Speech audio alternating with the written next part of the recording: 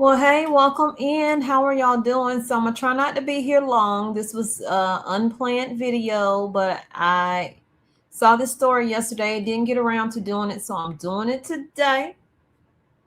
Come on in, hit the like button, share the video out, leave your comments down below because we're about to pay more money, more money, more money. This is serious though. This is bad. This is really bad. We are truly if you're a beef eater anyway, you're about to be screwed. And the potential of this, because this affects humans as well. You know what I'm saying? This is not just about a cow getting a screwworm. This is serious. This is serious.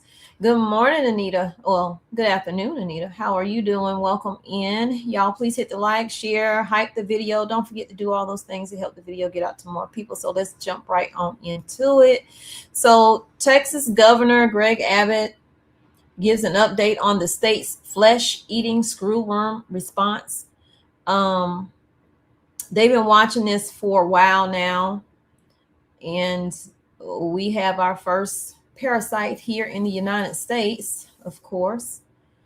So this is a New World Screwworm, the NWS, fly after the flesh-eating parasite was found in the state. The U.S. Department of Agriculture confirmed on Wednesday that it was discovered in a 3-week-old calf in Zavala County between San Antonio and Eagle Pass in South Texas. The calf is the only affected animal so far.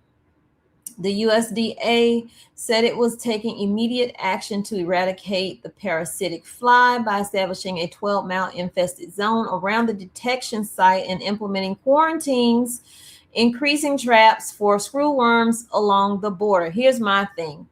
I was watching one of my favorite shows, the Dutton Ranch, and they had an episode on there where the cattle had the foot and mouth.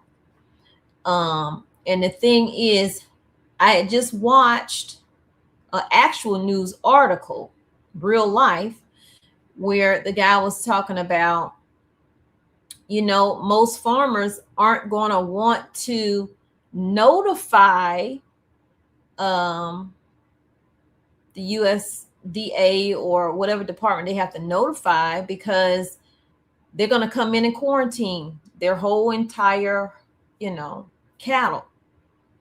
And they're not going to make any money because they're going to end up probably euthanizing them. So how many people, because he said personally out his mouth, I know if it's me, I'm not notifying anybody. I'm going to handle it. And that's what most farmers have told me. They're going to handle it and move on. So what does that mean? Are you going to get rid of? Are you still going to keep some? You're going to then sell it to the market? Is it going to be on the shelves eventually? All those things. I started thinking about that. And then I saw that, hey, it's actually here in Texas now. So it was detected in Mexico, just 25 miles from the U.S. border. Now, that was the week before Wednesday's announcement. The USDA had said the screwworm was there, but now it's in Texas. Okay. So let's go. It's bigger. Now Suzanne has a new worry, the screwworm. The USDA confirmed a case Wednesday in a calf in Zavala County in South Texas. Now it's crossed the border.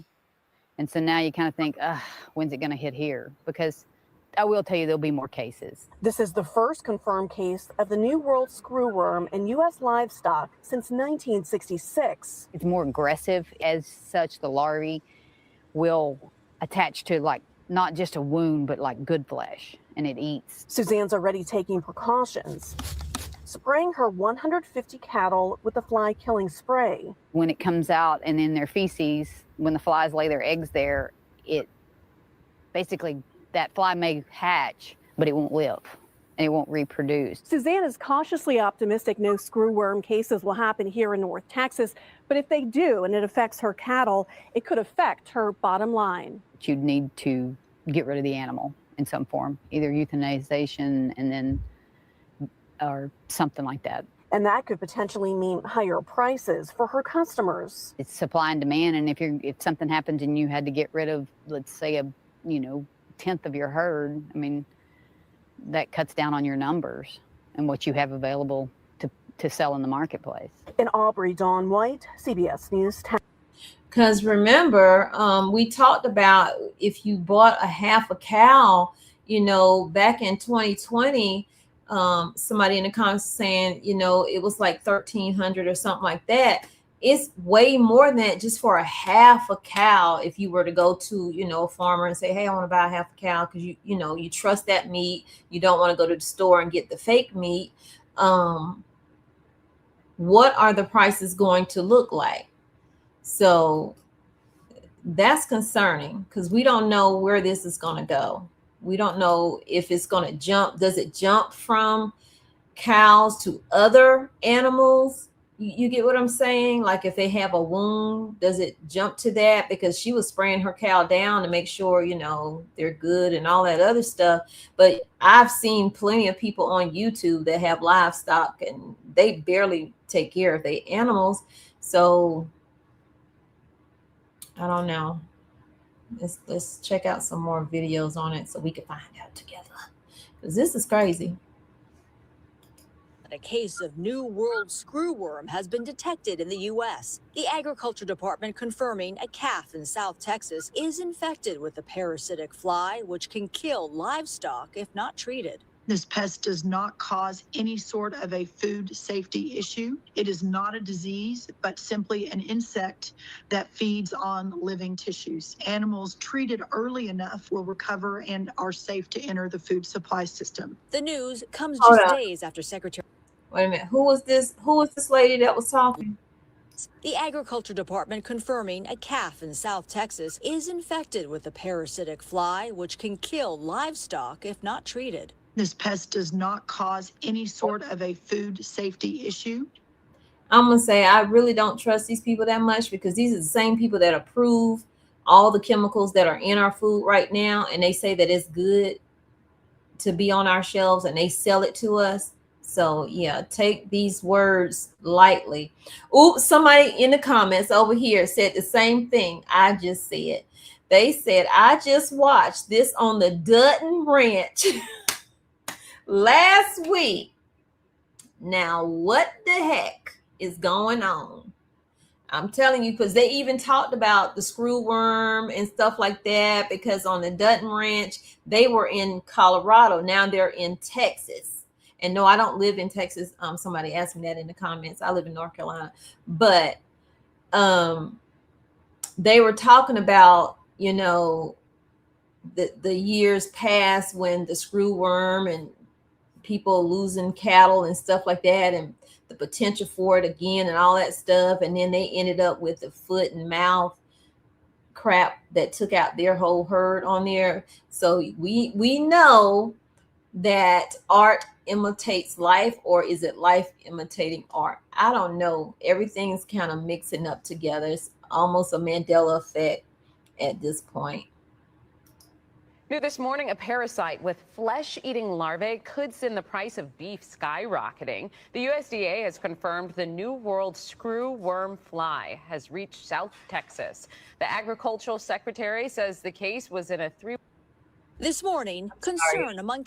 New this morning, a parasite with flesh-eating larvae could send the price of beef skyrocketing. The USDA has confirmed the New World screwworm fly has reached South Texas. The Agricultural Secretary says the case was in a 3-week-old calf about 50 miles from the Mexico border. They say the threat to humans is low.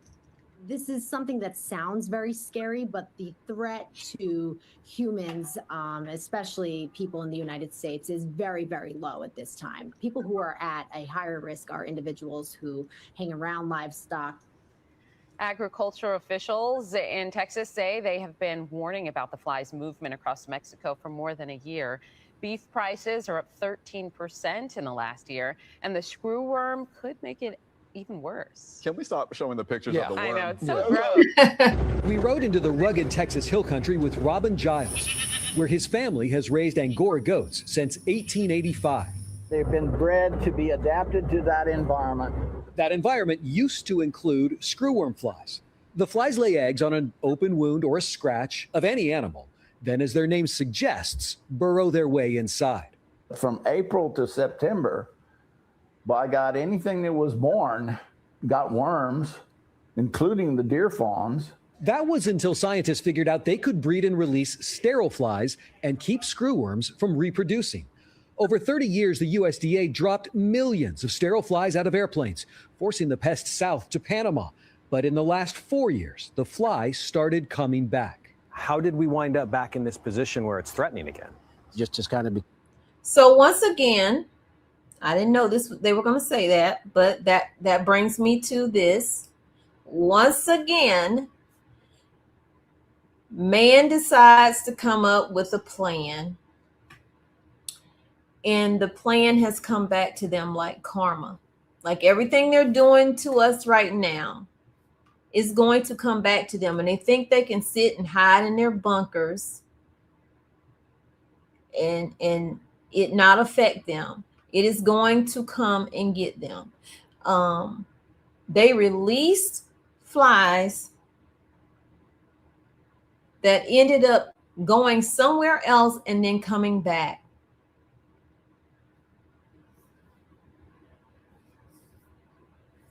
Karen, what you talking about? You caught what? But they need to stop. But it's a new world. They're creating things. I'm pretty sure they had some kind of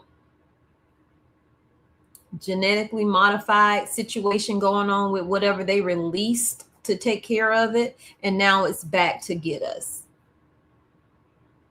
These Franken monsters that they keep creating.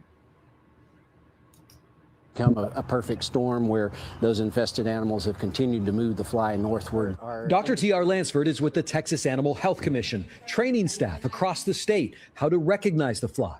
When you look at screwworm flies next to other flies, they're almost indistinguishable from one another. And live flies are such a threat, even for research, you can't bring them into the United States. We only have one facility in our entire hemisphere, and it's only producing 100 million flies per week. The USDA has committed hundreds of millions of dollars to building new sterile fly breeding facilities, including in Mission, Texas. But they won't be online until next year. The U.S. banned live cattle imports from Mexico last July, contributing to lower herd numbers and higher beef prices. It's not just livestock and wildlife owners or managers. It's all animal owners that need to be aware of this. We rode into the rugged Texas hill country with Robin Giles, where his family has raised Angora goats since 1885. They've been bred to be adapted to that environment. That environment used to include screwworm flies. The flies lay eggs on an open wound or a scratch of any animal, then, as their name suggests, burrow their way inside. Okay. From April to September.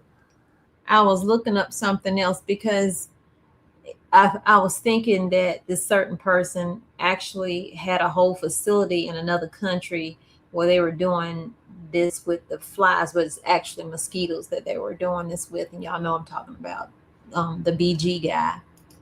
Is ready for beef prices to go up just in time for summer barbecue season? Yeah, this might happen. How convenient, right? There was a case of screwworm reported in Texas, the first one in the United States for several decades. In fact, the United States eradicated screwworm in the 1960s, but recent outbreaks in Mexico and Central America have reignited fears that it will move north. This is likely a direct result of DOGE eliminating funding dedicated to a project to contain and control screwworm in Central America before it crossed the U.S. border. This funding was cut just days before the U.S. lifted restrictions on imports of Mexican cattle where there were known screwworm outbreaks. It has been allowed to cross the border into our country without any of the previous monitoring done by USAID, the program dismantled by DOGE. Screwworms bury into the flesh of warm-blooded mammals, lay their eggs, and can kill calves and reduce the weight of full-grown cows. The average price of beef has nearly doubled since 2020 per pound, and it is likely to go up if we see this outbreak sustained. The cost of containing screwworm on U.S. soil is incredibly expensive, not only the mitigation measures, but also loss in cattle. We're looking at over potentially $1 billion. Turns out USAID was doing a lot of important work. Is ready for beef prices to go up just in time for summer barbecue season? Well, they got it down pat. Beef prices to go up. Breaking. Republicans have put a flesh-eating parrot. If this screwworm takes hold, your grocery bill is going to explode. Our U.S. cattle herd is already at the lowest since 1951. We're at a 75-year low of 86 million cattle. With droughts, astronomical operations. Oh yeah, we about to eat all these prices. We about to eat all these prices. If you plan on eating beef, that is. So I just want to let y'all know that this was going on. I actually was about to put up a different story, and then I said, well, let me go ahead and get this one done real fast and live, and then I'll put the other one up. So make sure you turn your notifications on because it'll be up in a few hours. Keep stocking up, keep preparing, and y'all pray because we don't know what they're gonna release on us next.